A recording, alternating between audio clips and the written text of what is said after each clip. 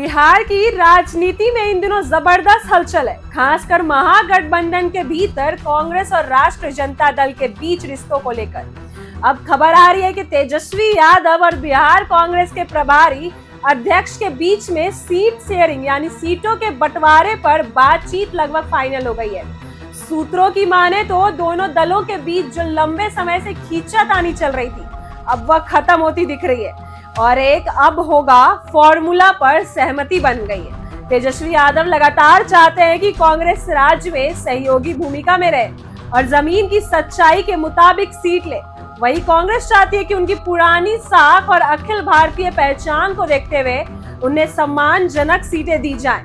दिल्ली और पटना के स्तर पर कई दौर की बातचीत के बाद अब जो खाका तैयार हुआ है उसमें तेजस्वी और कांग्रेस के बीच करीब करीब सहमति बन चुकी है।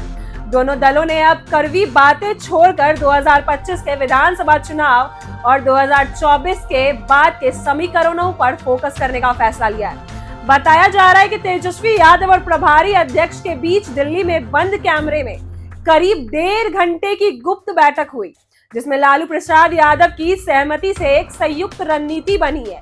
इस बैठक में कांग्रेस की ओर से स्पष्ट किया गया है कि वो महागठबंधन छोड़ने के मूड में नहीं है, लेकिन उसे सम्मान और सीटें दोनों चाहिए। तेजस्वी यादव ने यह भी स्वीकार करते हुए साफ किया कि अगर कांग्रेस जमीन पर मेहनत करती है, उन्हें सम्मानजनक हिस्सेदारी जरूर दी जाएगी। जानकारी के मुताबिक अब फॉर्मूला यह तय हुआ है कि पिछली बार से कुछ कम सीटों के बदले कांग्रेस को राज्य में प्रचार, उम्मीदवार चयन और घोषणा पत्र निर्माण में बराबर की भूमिका मिलेगी। दोनों दलों ने तय किया है कि जनता के सामने एकजुट होकर एनडीए से मुकाबला करना है ताकि वोटों का बंटवारा ना हो। खास बात यह है कि यह पूरा समझौता ऐसे वक्त में हो रहा है जब बीजेपी और जेडीयू लगातार महागठबंधन को अस्थिर बनाने में कोशिश कर रहे हैं। तेजस्वी यादव ने बैठक के बाद इशारे में कहा कि जो लोग हमारे टूटने की दुआ कर रहे थे, अब वे खुद परेशान हो जाएंगे क्योंकि महागठबंधन अब और मजबूत हो गया है। कांग्रेस के प्रभारी ने भी मीडिया से बातचीत में कहा कि तेजस्वी यादव ने हमारे मतभेद नहीं थे, बस कुछ तकनीकी बातें थी जो अब हल हो चुकी है। अब हम एक साथ चुनाव में उतरेंगे और भाजपा जेडीयू को झूठ, बेरोजगारी, महंगाई और जातीय जनगणना जैसे मुद्दों पर जनता के बीच जाएंगे।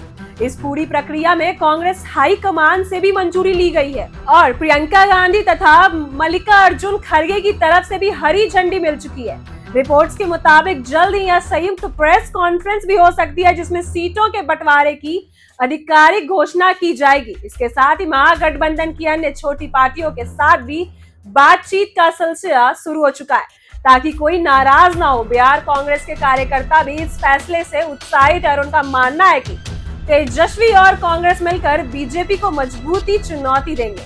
वहीं आरजेडी के अंदरूनी सूत्र बताते हैं कि तेजस्वी अब ज्यादा सुलझे हुए और रणनीतिक नेता के तौर पर फैसले ले रहे हैं और उन्हें मालूम है कि बिना कांग्रेस के गठबंधन को मजबूती नहीं मिल सकती। कुल मिलाकर कहा जा सकता है कि बिहार में महागठबंधन का चेहरा साफ हो रहा है और सियासी तस्वीर धीरे धीरे तेज हो रही है, जिसमें कांग्रेस और आरजेडी एक नई ऊर्जा और एकजुटता के साथ मैदान में उतरने की तैयारी कर रहे हैं। ऐसी ही वीडियो के लिए बने रहे हमारे साथ। आप देख रहे हैं इनसाइड।